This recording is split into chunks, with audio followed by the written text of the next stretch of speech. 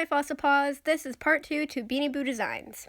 As you know, I had to split this video into 2 parts because the first part ended up being way longer than I intended it to be. That also may be the case with this one as well, so who knows, there might be a part 3.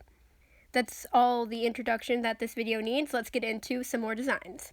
So this first design was actually inspired by a game I used to play back in 2019. I can't remember exactly what it was called, but I think it was a game where you breed and raise and create a zoo for like magical, mythical hybrids and creatures. And there was a creature in it called the Raccoon. And it was like this celestial lunar raccoon that instead of being a normal raccoon, I think its tail might have been like asteroids or something like that. Point being, it had a galactic twist on it. So that's what inspired this one. And by inspired, I totally mean copied. I think this would fit really well because I don't know why, I feel like raccoons are mysterious and could even be considered spooky, so they could even make it like a Halloween Beanie Boo if they wanted to. And I also think it would stand out enough and be very unique, but at the same time, fit in with the rest of the raccoons. Because other than Rusty, we've kind of had very cohesive color palettes throughout our raccoons. There's Roxy, who's pink and purple, and then there's Rocco, who's black and pink. So I think a purple and blue raccoon would fit in well with the other raccoons of the lineup. And I don't know why the combination or association of Galaxy and a raccoon just fits so well in my mind. I think it would be super pretty. It would be very unique, other than the fact that I totally copied it, but Ty doesn't need to know that. So getting to the details about it. I did not give it a poem or a birthday. I just gave it a name, and that would be Lunar. Its eyes would be a different shade that we've never seen before, and it would have, I think, probably like the same texture as hide. I would imagine that's how they would be able to do it. And as far as fur texture, I don't really know how that would go. I don't know if they would make it velvet like Shadow the cat, or if they would make it normal fur like the rest of the Beanie Boo. But I think it would probably work out better being velvet of some kind, considering it would have the moons and the stars on it. And it would also have maybe white sparkly polka dots. Not quite like Tilly. It would be more of an obvious polka dot and less of a tiny addition, if you know what I mean. But overall, it would just be a patterned purple raccoon, and I just think it's honestly like my favorite design. And on the belly, it would be a different texture than we normally see, and it would have purple specks on it. It's definitely one of my favorite designs out of all of these. It would have a blue translucent nose and a blue mouth, and although the nose face area is white, I intended to do that like a darker shade of blue, but I just didn't want to color it in because I didn't want to accidentally cover up the nose. And on the inside of the ears, it would be almost a green while still being blue. I could go on and on about how much I love it, but let's get on to the next one. Also, I forgot to mention they should totally add highlights to the eyes. They've never done that before, and it would look super cool. Though I love all of my designs, this one is by far one of my favorites along with the raccoon. It's a purple Halloween bat wearing a witch hat. Now I know it looks similar to Count, but trust me, if it were to be designed the way that I'd picture it, it would be way different, and the only similarity would be its color scheme.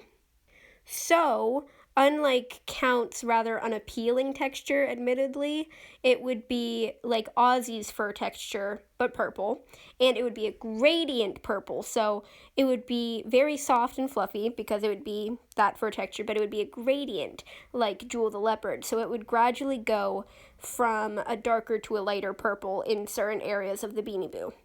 And unlike any other bat that we've seen before, it would have ultra soft feet and fabric on the inside of the ears. Most of the time, bats have a different fur texture than that. It's not soft, but it's not scratchy either. It's just, sort of somewhere in the middle. But this would be super soft. Like, I want it to be a purple velvet bat. The inside of the wings would have pumpkins and jack-o'-lanterns, sort of like Radar's wings, except they would be jack-o'-lanterns rather than pumpkins, so they would have faces.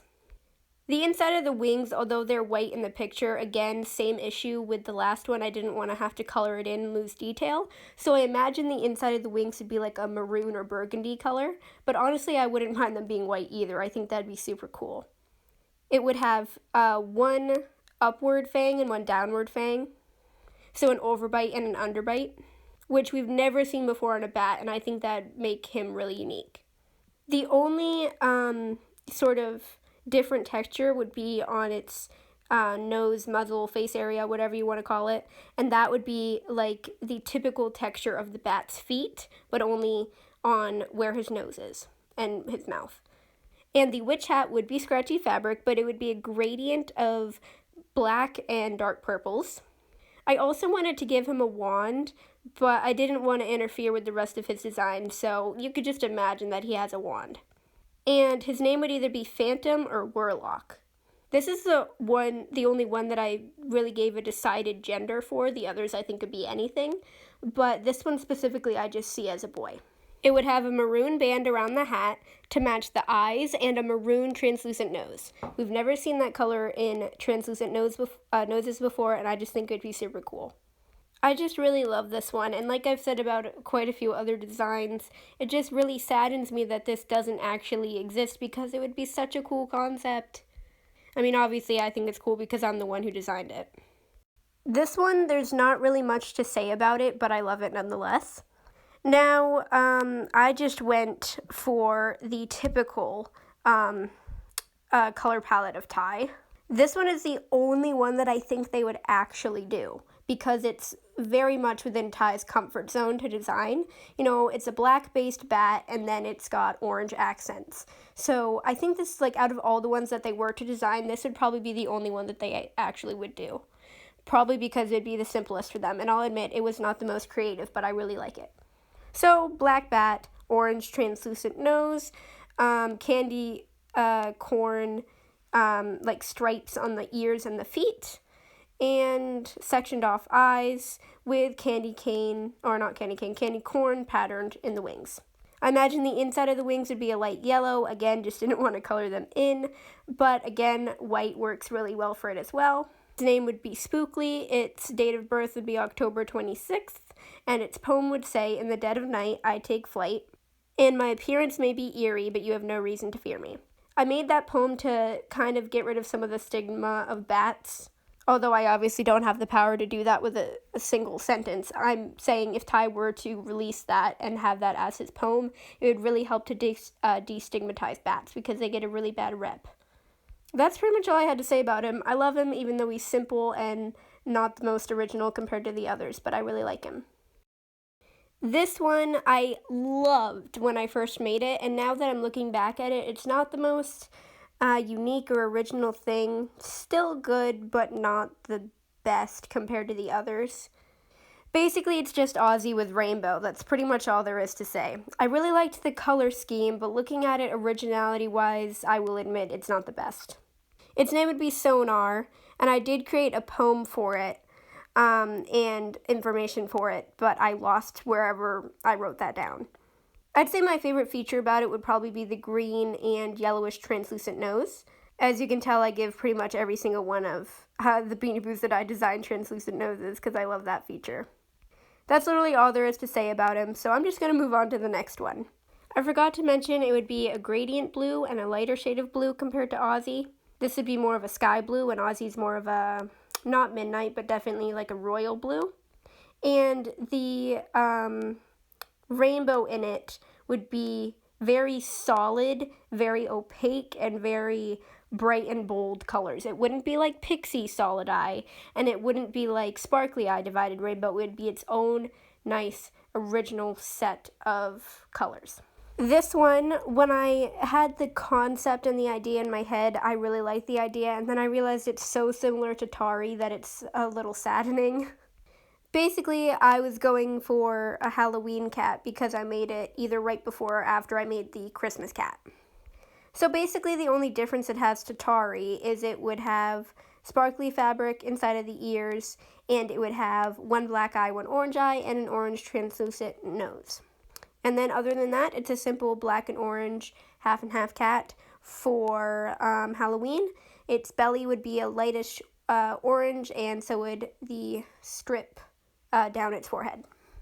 This one I think I named very similar to the bat. The bat I named Spookly, and this one I named Spooks. Its birthday would be someday in October. I think October 29th. And in his poem I mentioned something about its colors. This one is a rainbow giraffe named Prism, and its birthday would be June 1st. I don't think I came up with a color scheme for it. Again, very similar thought process to a lot of the rest of them. When I designed them, I thought they were really unique, and then I compared them to already existent Beanie Boos, and I realized they're not as unique as I thought they would be. But again, I still really like this one, even though it wouldn't be the most unique in comparison to others. I don't know why, I was just really feeling crazy that day. So it'd be a very colorful giraffe with a light sky blue for the base and a dark blue for the nose and the mouth. It would have the full rainbow divided inside of its eyes, its mane, tail tip, and ossicones, ears, and hooves, so every aspect of it, other than the body, would be a rainbow gradient. I haven't really decided much about the fur texture or the hoof texture about this one, pretty much just the appearance for it. And I also meant to make the blue lighter, but I messed up, so I just had to roll with it and make it darker. I think what mainly made me make it so colorful and bold is that Ty kind of is in a rut when it comes to ideas for new giraffes, because it's always like purple, blue, and pink for giraffes, and then other than that, they really don't do any other colors. So I guess I was just like, you know what, this would be an extremely unique giraffe if it were to exist. Also, I couldn't decide what color scheme to go for, so I literally just added every single color. Lastly, wow, voice crack. Lastly, this is Garrett/Gerald. I couldn't decide a name for him, so he could be Garrett or he could be Gerald.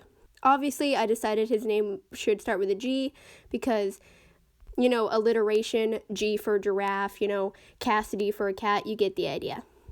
So this one I actually referenced and used my knowledge from a real giraffe to inspire his design. There are a lot of design elements that may seem odd on the surface until I actually explain them, so let me elaborate on his idea for you. First off, if you don't know what ossicones are, those are the things on top of their heads, and no, they are not antlers. So real giraffes' ossicones are actually furry on the top. So I decided he would have fur on top. His mane would be like a chestnut brown, and he would actually have a gradient from orangish reddish spots all the way down to brown to black spots. Because if you look up images of giraffes, you know they're not just all the same spot color and design, they're all unique. And they're all, you know, different collections of colors. And each giraffe's spot, color, and arrangement, that's the word I was looking for, is unique. So I was just having a really fun time using my knowledge of giraffes to design him. On the inside, it would be like a airbrushed tannish brown to match their natural color. His hooves would be sort of like the bat's foot texture, not quite super soft, but also not scratchy fabric either. And they would be a nice medium brown. His tail tip, which they totally need to give more giraffes, would be black and furry to match his ossicone fur texture. And finally, on his muzzle face area, it would be like, I was trying to go for a gradient, but I used the wrong color, so it looks really stupid. But it would be just a very subtle gradient, so you would barely even notice it. But if you look closely, you notice it's there. Same with his ossicones, very subtle gradient, and his eyes would be brown. And he would have actual realistic nostrils, unlike some Beanie Boos. Cough, cough, the cats and reindeer. And his poem would say, "I fight with my ossicones, both bold and strong. For my territory, it's where I belong." And he would be born at some point in summer, because that's when most giraffes are born. I think it was either August or September something. So there you have it. Those are all of my Beanie Boo designs. Let me know which ones were your favorite. And I'm going to say mine is the bat, the raccoon, and Gerald or Garrett, whatever. But I love them all, okay? So this was super long, so I kind of sped up what I was talking about later down the video, obviously. But I hope you enjoyed. This was super fun to make a video just reviewing all of the designs I've done. I will see you in another video. Hey, hey!